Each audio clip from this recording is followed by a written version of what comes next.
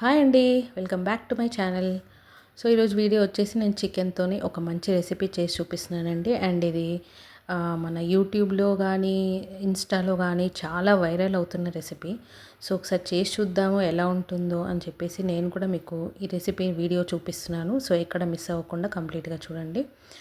First నేను బాండీలో oil వేసానండి. డీప్ ఫ్రైకి సరిపడా ఆయిల్ ఫస్ట్ బాండీలో వేసి బాగా వేడి చేసుకోవాలి. నెక్స్ట్ నేను కావాల్సినవన్నీ ఇలా కట్ చేసి పెట్టుకున్నాను. సో ఆనియన్ ఒక పెద్దది, మిర్చి, గ్రీన్ మిర్చి, రెడ్ మిర్చి రెండు పెట్టుకోండి. వెల్లుల్లి ఒక ఫుల్ గడ్డ, అండ్ నెక్స్ట్ కొంచెం కరివేపాకు అన్నీ ఇలా ఆల్రెడీ కట్ చేసి రెడీగా పెట్టుకున్నాను. ఉల్లిగడ్డలు మాత్రం మనం ఎలా ఫ్రై చేస్తామో బిర్యానీకి, సో సేమ్ ప్రాసెస్లో. సో ఇప్పుడు నేనైతే ఫస్ట్ మిర్చి అన్నీ ఇలా వేసి ఫ్రై చేశానండి ఆయిల్లో. మనకి బాగా ఫ్రై అయిపోవాలి మిర్చీలు. సో నెక్స్ట్ కరివేపాకు. సో కరివేపాకు చిటపట్లాడిన తర్వాత వెంటనే తీసేసి పక్కన పెట్టుకోండి. సో ఇప్పుడు మనం ఫ్రై చేసినవన్నీ తీసి ఒక్కొక్కటిగా పక్కన పెట్టుకోండి. సో నెక్స్ట్ వెల్లుల్లి మనం ఆల్రెడీ ఒలిచి పెట్టుకున్నాం కదా, సో అది పొట్టు తీసేసిన తర్వాత ఇలా ఫ్రై చేసుకోండి మంచిగా.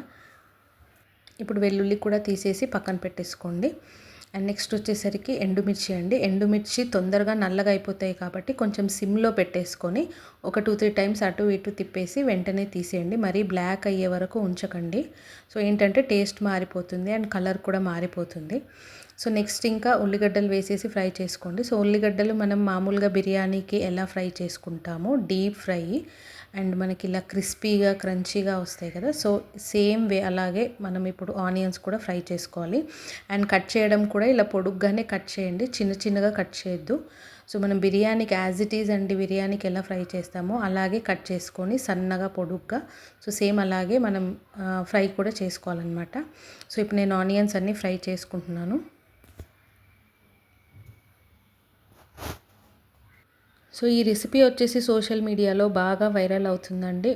చేసిన వాళ్ళందరూ చాలా బాగుంది, అద్భుతం, వండర్ఫుల్ అంటున్నారు. సో నాకు కూడా ఒకసారి ట్రై చేయాలనిపించింది అండ్ మీకు కూడా చూపిస్తే బెటర్ కదా అని నేను ఎక్కడా మిస్ చేయకుండా కంప్లీట్గా మొత్తం చూపిస్తున్నానండి. సో ఇప్పుడు మనకు ఆనియన్స్ కూడా ఫ్రై అయిపోయాయి. సో నేను ఇవన్నీ కూడా తీసి పక్కన పెట్టేసుకుంటున్నాను.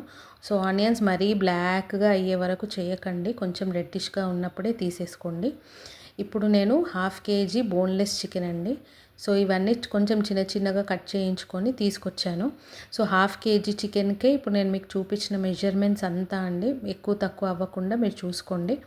సో నెక్స్ట్ ఇప్పుడు నేను ఈ చికెన్ కూడా బాగా ఇలా ఎర్రగా అయ్యే వరకు ఫ్రై చేసుకొని నెక్స్ట్ తీసేసుకోండి. నేను 1/2 kg బోన్లెస్ చికెన్కి మాత్రమే ఇప్పుడు నేను రెసిపీ చూపిస్తున్నానండి. ఇప్పుడు ఈ చికెన్ అంతా ఆయిల్ లేకుండా చూసుకొని మెల్లిగా అంతా తీసుకొని పక్కన పెట్టేసుకోండి. సో ఇప్పటివరకు మనం ఫ్రై చేసినవన్నీ నేను ఒక ప్లేట్లో వేసుకున్నానండి, మీకు ఇప్పుడు చూపిస్తున్నాను చూడండి. సో ఇలా అన్నీ పక్కన పెట్టుకున్న తర్వాత మనం ఇప్పుడు ఇవన్నీ బ్లెండ్ చేయాలన్నమాట. సో ఫస్ట్ ఏం చేయాలి అంటే చికెన్ కాకుండా మిగిలినవన్నీ మనం ఒక జార్లో వేసి బ్లెండ్ చేసేయాలి. సో చికెన్ ఒక్కటే వేయకూడదండి, చికెన్ లాస్ట్లో మళ్ళీ నేను చూపిస్తాను అప్పుడు వేయాలి. సో అప్పటి వరకు మనము ఇవన్నీ ఇప్పటివరకు ఫ్రై చేసినవన్నీ ఒక జార్లో వేసి మంచిగా ఫైన్ పౌడర్ లాగా బ్లెండ్ చేసుకోండి. మనకు అప్పుడు ఫస్ట్ మసాలా రెడీ అయిపోతుంది అనమాట. సో ఇప్పుడు నెక్స్ట్ మనం పక్కన పెట్టిన చికెన్ పీసెస్ అన్నీ వేసేసి బ్లెండ్ చేయండి. సో ఈ పీసెస్ అన్నీ వేసిన తర్వాత నెక్స్ట్ గరం మసాలా అండ్ ధనియాల పొడి ఒక 2 స్పూన్స్, ధనియాల పొడి, గరం మసాలా 1 స్పూన్ అండి. నెక్స్ట్ సాల్ట్ మనం ఇప్పటివరకు రెసిపీలో ఎక్కడ యాడ్ చేయలేదు కాబట్టి ఇప్పుడు చేస్తున్నానండి. సో ఒక 2 స్పూన్స్ ఉప్పు అండి, అండ్ కొంచెం పసుపు. అండ్ ఇప్పుడు నేను చూపించిన 1/2 kg చికెన్కి నేను ఇంత స్పైసీ యాడ్ చేశాను. మీకు ఇంకెక్కువ కావాలి అంటే ఎక్కువ వేసుకోండి, తక్కువ కావాలంటే తక్కువ వేసుకోండి. సో ఇప్పుడు నేను చూడండి బ్లెండ్ చేసి చూపించాను. ఇలా కొంచెం బరకగా కావాలి అనుకుంటే ఉంచుకోవచ్చండి ఇలాగే బరకగా, లేదు మొత్తం ఫైన్ పౌడర్ లాగా కావాలి అంటే ఫైన్ పౌడర్ లాగా చేసుకోండి. సో ఇప్పుడు నేనైతే దీన్ని ఇంకొంచెం పౌడర్ లాగా చేశాను. చూస్తున్నారు కదా, కారం పొడి కాబట్టి నేను ఇలా పొడిగా ఉండాలి అని ఇలా చేశాను. లేదంటే ఇందాక చూపించినట్టుగా మీరు కొంచెం అలా బరకగానే ఉంచుకుంటే ఏంటంటే చికెన్ పీసెస్ మధ్య మధ్యలో తగులుతూ ఉంటాయి అన్నమాట. బట్ ఇలా పొడి చేసుకోవడం వల్ల ఏంటి అంటే మనకు అన్నంలో కూడా ఈజీగా కలిసిపోతుంది. సో ఇప్పుడు నేను ఈ పొడి అంతా ఆ ప్లేట్లో వేసుకొని పక్కన పెట్టుకున్నానండి.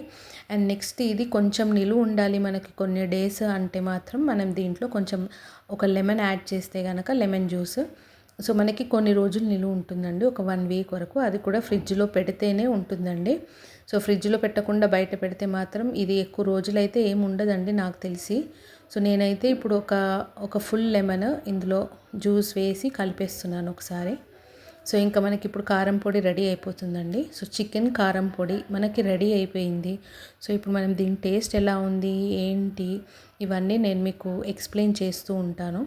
సో చూడండి. సో ఇది ఈరోజు వీడియో అండి. సో ఇప్పుడు నేను అన్నంలో కలుపుకొని తిని చూశాను. బట్ టేస్ట్ మాత్రం నిజంగానే అందరూ చెప్తున్నట్టుగా చాలా బాగుందండి. ఇదండి ఈరోజు recipe. Now don't forget to like, share and subscribe my channel.